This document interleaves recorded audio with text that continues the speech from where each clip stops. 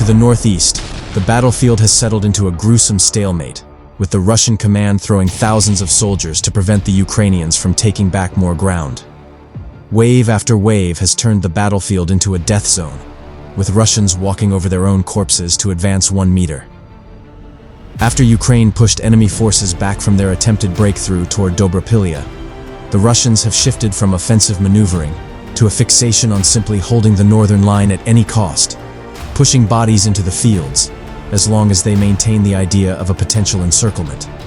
The Russian command keeps feeding the battlefield with hundreds of men every day to prevent Ukraine from reclaiming terrain, while the Ukrainians must continue suppressing these waves.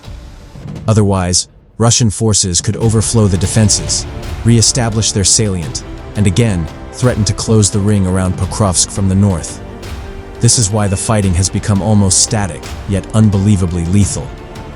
Both sides are fixed in place, but Russia is choosing to pay for this fixation with catastrophic human losses.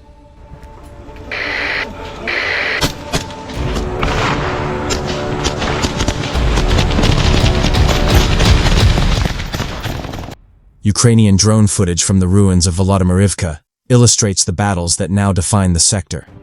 In one clip, 2 Russian soldiers attempt to advance through collapsed buildings while being tracked from a Ukrainian drone above. A lone Ukrainian paratrooper suddenly appears from behind rubble, engaging them at close range with small arms fire. The Russians scramble behind a broken wall, but the Ukrainian pursues aggressively, maneuvering through debris, as the drone recon is able to tell him he will not walk into an ambush.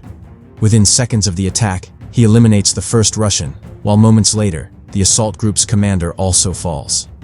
Scenes like this play out dozens of times per day. Rapid, deadly, local engagements where small Ukrainian teams, outnumbered but coordinated with drones, neutralize Russian infiltrators before they can mass into a threat. The Ukrainians hold because their defenders combine precision drone overwatch with ruthless tactical efficiency and controlled aggression on the ground. For the Russian attackers, the advance toward Pokrovsk has turned into a march through what soldiers now call the ditches of death. Drone footage from Magyar's Birds, one of Ukraine's elite drone units, shows the scale of the slaughter. In a 200 square meter segment near an anti-tank trench, more than 30 Russian bodies are visible.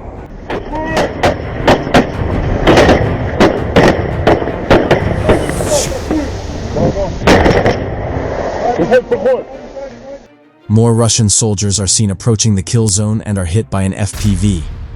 Ukrainians keep observing, and more Russians come just to be destroyed in a constant cycle of drone attacks. At the end, the ditch is clogged with corpses, smashed motorcycles, and burning debris, but Russians continue their efforts. A wounded Russian tries to crawl over the dead to escape, while the perspective switches to a Ukrainian FPV drone closing in as the wounded Russian scavenges gear and speaks to another injured soldier deeper in the trench. The drone strikes, throwing him back into the mass of bodies. Another clip, filmed from the Russian side, is even more disturbing. 3 Russian soldiers advance slowly through dense fog, while every few meters, new corpses appear. By the time they reach the ditch line, the ground is completely covered with piled-up bodies, displaying a concentrated carnage comparable to scenes at Stalingrad. The Russians are occasionally able to push a few hundred meters into the gray zone, dig in, and consolidate. However, with the sheer size of Ukraine's drone contingent, staying undetected is an impossible task. FPV and bomber drones quickly fly in to level the Russian position to the ground. Whatever foothold they gained is erased, and the landscape resets back, now with new bodies added to the layers beneath.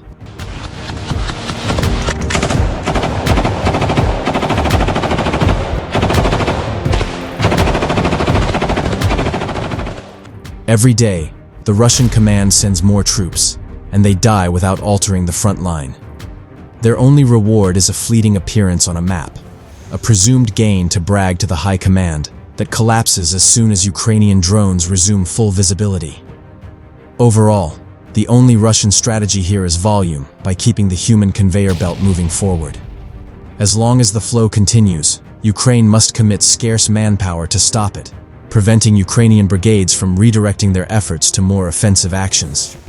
For now, this grim arithmetic keeps the line static, but with casualty rates in this sector reaching levels unseen elsewhere on the front, the question is whether Russia will be able to sustain this for long.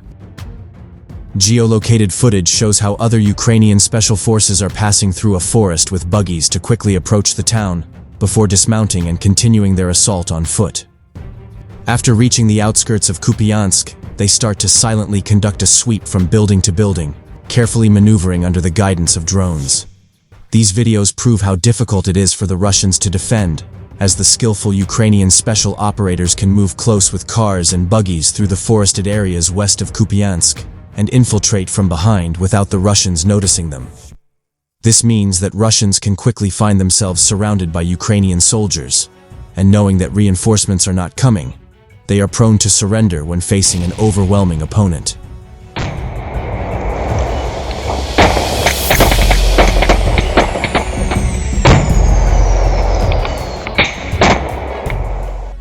In a video released after a successful raid, 2 captured Russian soldiers are explaining how desperate the situation is, with evacuation impossible, which prompted them to come out of their shelter and make themselves apparent to a Ukrainian drone, which directed them to Ukrainian soldiers on the ground.